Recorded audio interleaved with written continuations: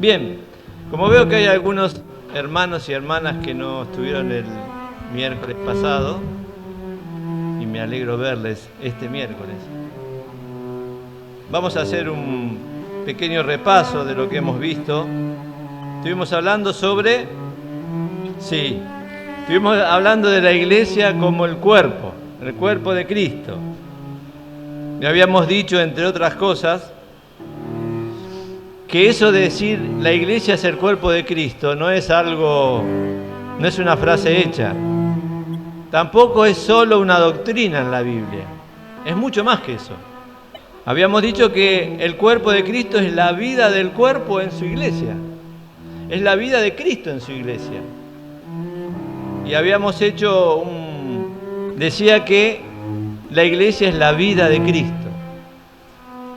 Y habíamos dicho que solo Dios es vida. Lo fue siempre y lo será siempre. Todo depende de Él. También dijimos que un día esa vida se hizo nuestra. Cuando tuvimos un encuentro personal con el Señor, reconociendo nuestros pecados, reconociendo nuestra condenación eterna y también creyendo que Cristo se hizo cargo de eso en la cruz del Calvario, haciendo una obra única e irrepetible. No sé si alguno en medio nuestro ahí todavía vive sin Cristo. Es la oportunidad de recibir esa vida. El Señor dijo: yo soy el camino, la verdad y la vida. Nadie puede ir al Padre si no es por mí. Él es el que vino a dar su vida, a derramar su vida en la cruz por todos y especialmente por aquellos que se han aferrado a esa obra. Entonces la vida ahora está en nosotros y esa vida es imprescindible se manifieste. Y habíamos dicho que no es algo abstracta la vida de Dios en nosotros, sino que se expresa, se manifiesta. Como yo decía la vez pasada, hay síntomas en el alma que ha recibido esa vida de Dios. Habíamos dicho que básicamente la vida de Dios rechaza el pecado. Por eso mencionamos entre otros versículos, ¿se acuerdan? Y no contristéis al Espíritu Santo de Dios, decía Pablo ahí a los Efesios capítulo 4, verso 30. No puede tolerar el pecado la vida que hay en nosotros. Por eso el creyente que peca se siente intranquilo y es como que un velo se cierne entre él y Dios. Hay que confesar ese pecado para volver a esa dulce comunión con Dios, porque el pecado hace eso, nos corta la comunión y esa vida reacciona en nosotros. Y también decíamos que solo el creyente, el que tiene la vida de Dios, puede conocer a Dios, puede tomar las Escrituras y comenzar de a poco a conocer ese Dios, al Dios de la Biblia. El incrédulo no puede conocer a Dios más que su situación y lo que Él ha hecho por él. Pero el creyente, por eso Pedro decía: desead como niño recién nacido la leche espiritual no adulterada para que por ella crezcáis para salvación. El creyente puede nutrirse del conocimiento de Dios, que lo tenemos aquí en este maravilloso libro. Entonces fíjense que esta vida reacciona, esta vida tiene síntomas, pero cuando decimos la iglesia es el cuerpo de Cristo, estamos diciendo algo muy, muy profundo, que como somos conscientes de que Dios está en nosotros, porque reacciona en nosotros ante el pecado y nos permite conocerle más, también el creyente tiene que llegar a ser consciente de que es un miembro. No es un creyente nada más. Es un miembro del cuerpo de Cristo. No vamos a hablar ahora de funciones, sino que tenemos que tener esa conciencia. Y eso va a traer a nosotros, se nos va a abrir la mente acerca de un montón de cosas que hacemos y a veces las hacemos de una forma indiferentes y afectan a la iglesia. Porque no tenemos el concepto o la conciencia de que somos un miembro, no somos todo el cuerpo, Somos uno de los muchos miembros que conforman la iglesia, que es el cuerpo de Cristo. Tenemos que entrar en esa realidad de que somos miembros. Tristemente, a veces pasan unos años antes que comprendemos cuánto daña a la iglesia que no estemos dando un buen testimonio, por ejemplo, que no estemos andando como es digno del Señor. Cuánto daña a la iglesia que no asistamos a los cultos. ¿Saben? El que tiene conciencia de que es un miembro, es difícil que falte, porque sabe que es importante que esté, que aporta. Nosotros a veces, cuando hablamos del cuerpo físico, damos algunos ejemplos y a nosotros nos parecen risueños. Que una mano se quede en casa, ¿no es cierto? Es ilógico que mi mano se quede allá en Virreyes. Y ustedes, si yo viniera con una mano de menos, no sé con qué cara estarían allí. Pero pasa en la iglesia, y pasa a veces casi normalmente, que partes del cuerpo se queden en su casa. Por eso digo, si somos conscientes de que somos miembros, muchas de las actitudes o conductas que tomamos quedarían completamente zanjadas. No podríamos hacer lo mismo. No lo tomaríamos tan livianamente. Por eso hablamos de que hay obstáculos, ¿no es cierto?, que hacen a que no seamos miembros cabalmente de la iglesia. Hablábamos de el individualismo, hablamos de que hay muchos hermanos que ellos se manejan solos, ¿no es cierto? Uno sabe, pasa el tiempo y uno sabe qué función tienen en la iglesia. Ellos viven ahí en la iglesia como satélites, pero todavía no han entendido de que tienen una función en la iglesia. Ni hablar del orgullo y la soberbia en la iglesia, ¿no es cierto? De tener funciones para la cual no fui capacitado, o de no cumplir la función para la cual el Señor me capacitó. Todo eso afecta al cuerpo. Lo afecta, si hablamos en el aspecto físico, todos mis miembros, salvo que esté enfermo, saben lo que tienen que hacer. Hay un orden. Y lo hacen, y el cuerpo puede andar vigorosamente. Cuando uno de ellos no lo hace, el cuerpo le cuesta mucho andar. Sufre el cuerpo, es dañado. Conciencia de cuerpo se llama eso. Y yo tengo que preguntarme, ¿he llegado a ser consciente de que soy una parte importante del cuerpo, aunque sea el dedo chiquitito del pie? Que el Señor me dio una función, y de que si no estoy, el cuerpo se afecta. ¿Me doy cuenta de eso? ¿Tengo temor de eso? Yo quisiera, con la ayuda del Señor, hoy hablarles un poquito más acerca de este cuerpo, que brinda un montón de cosas a sus miembros. Vamos a leer un pasaje para darnos cuenta que lo primero y ahí nos vamos a dar cuenta de muchas cosas que nos pasan, y por qué nos pasan, y por qué les pasa a los hermanos también. Allí en Efesios capítulo 6, versos, vamos a leer a partir... ¿Alguien se acuerda de qué habla de Efesios 6? De la armadura, dice Hugo. Muy bien. Fíjense, a partir del verso 10 dice: por lo demás, hermanos míos, fortaleceos, aquí dice confortaos, otra versión dice robusteceos en el Señor y en el poder de su fortaleza. Vestíos de toda la armadura de Dios para que podáis estar firmes contra las acechanzas del diablo. Porque no tenemos lucha contra sangre y carne, sino contra principados, contra potestades, contra señores del mundo, gobernadores de las tinieblas, contra malicias espirituales en los aires. Por tanto, tomad toda la armadura de Dios para que podáis resistir en el día malo y estar firmes habiendo acabado todo. Estad pues firmes, ceñidos vuestros lomos, y allí nombra toda la armadura que muchas veces hemos escuchado desarrollar parte por parte. Ahora, esta armadura, ¿a quién se la dio Dios? ¿A un individuo o a la iglesia? Fíjense, acá los que saben ortografía me van a dar una mano. Verso 10. Fortaleceos en el Señor. ¿A quién se está refiriendo? ¿A una persona o a la iglesia? Dice, fortaleceos.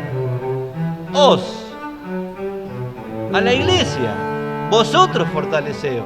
No está hablando a una persona, a un miembro de la iglesia, a un hermano de la iglesia. Verso 11.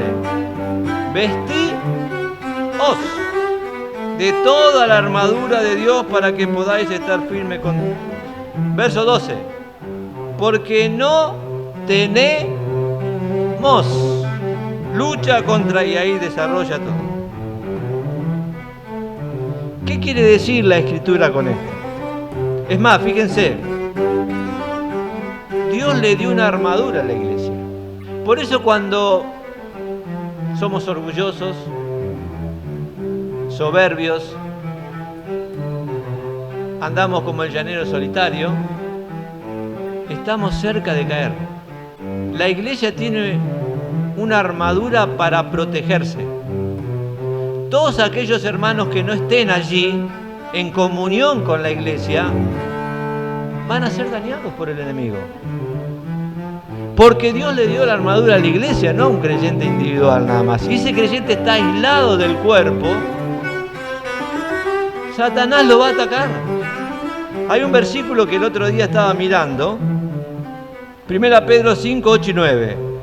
Sed sobrios y velad, porque vuestro adversario, el diablo, anda alrededor buscando a quien devorar. Este anda buscando, no es el cuerpo, es un hermano. Ustedes saben muy bien que una de las figuras de Satanás es el león. ¿Y el león a quién ataca? Trata de separar al animal que va a ser la presa ¿de qué? Del grupo. Lo aísla. Y cuando lo aísla, lo rodea. Ahora, imaginémonos nosotros en la iglesia hermanos que son muy autosuficientes y no hay caso de que se congreguen como deben hacerlo. No hay caso de que busquen la comunión en la iglesia. Andan por ahí, solos, aislados. Que se sostengan en el camino, yo creo que muchas veces se basa en la misericordia de Dios para con ellos. Porque Satanás, cuando los ve en esa actitud, los va a dañar. Y no solo a ellos, sino que dañándolos a ellos también tristemente, daña a la iglesia de la que forman parte. Entonces, el cuerpo de Cristo, la iglesia, provee protección a sus miembros. Voy a preguntar a Hugo algo, a ver qué me dice él. ¿Cuándo fue la última vez que un hermano le pidió consejo? Acá está diciendo así. ¿Es sano eso? Horacio, ¿cuándo fue la última vez que te pidieron un consejo? ¿Sí? Bueno. El pedir consejo a los hermanos que son más avanzados en la congregación es un buen síntoma. Porque en la iglesia cada hermano tiene su particularidad. Están aquellos hermanos que tienen la capacidad de exhortar, ¿cierto? Que es parte de la armadura. A veces viene algún hermano cabizbajo, triste, ese hermano lo va a levantar. Pues hermano, el Señor es bueno en esta situación. Acá tenés la promesa de Dios. Aferrate a ella. Ese hermano sale consolado. Está el hermano que tiene la capacidad de presentar la palabra, de enseñarla, de abrir, dar luz. Y hay hermanos que están en situaciones que no saben qué hacer. Ese hermano a través de la palabra le va a dar luz. Ese hermano va a ser protegido. No se va a equivocar. ¿Se entiende lo que quiero decir, no? La iglesia tiene todo para proteger a sus miembros. Por eso que Pablo, no por nada, siempre le agrega OS a todos estos verbos. Fortaleceos, vestíos. Y mismo Pablo, ¿Era poderoso Pablo en el Señor? Fíjense lo que dice el verso 9 del capítulo 19, del capítulo 18 y 19, del capítulo 6 de Efesios. Orando en todo tiempo, con toda instancia y súplica en el Espíritu, y velando en ello con toda instancia y suplicación por todos los santos. Verso 19. ¿Cómo comienza el verso 19? Y por mí. Miren si Pablo era consciente de la necesidad de depender de la iglesia. Era Pablo. ¿Qué más nosotros? Si lo grande que fue Pablo en el Señor necesitaba depender de la iglesia, ¿qué nos queda a nosotros? Y a veces, con mucha tristeza, uno tiene que ver hermanos que son afectados porque no han aprendido humildad todavía, porque quieren seguir sus caminos, sus ideas, sus pensamientos, y eso los aísla del cuerpo, porque el cuerpo de Cristo va por otro lado. No reciben el consejo de los hermanos. No han llamado a ningún hermano para que venga con él a orar por algún tema específico. Viven una vida individualista. Muy triste esto. Por eso, cada miembro tiene su característica particular. Cuando juntamos a todos, ahí tenemos una buena armadura. Por supuesto que tenemos que crecer, por supuesto que tenemos que desarrollar nuestra vida espiritual, pero el Señor le dio todo a la iglesia para que esté protegida. Recuerdo en Mateo 16, 18 dice: las puertas del Hades no prevalecerán contra ella. Ella no es una mujer, es la iglesia. Es la iglesia. Y también, si ustedes recuerdan allí, vamos a Éxodo 17, que no tiene desperdicio esto. Éxodo 17, vamos a leer unos versículos allí. Ustedes saben muy bien cómo, si bien nosotros no somos militares, qué importante que es cada soldado para un ejército, ¿no? Así la iglesia también.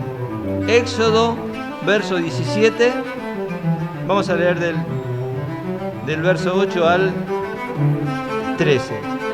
Y vino Amalec y peleó con Israel en Refidín, y dijo Moisés a Josué: escógenos varones y sal y pelea con Amalec mañana, y yo estaré sobre la cumbre del collado y la vara de Dios en mi mano. Verso 10. E hizo Josué como le dijo Moisés, peleando con Amalec. Y Moisés y Aarón y Hur subieron a la cumbre del collado.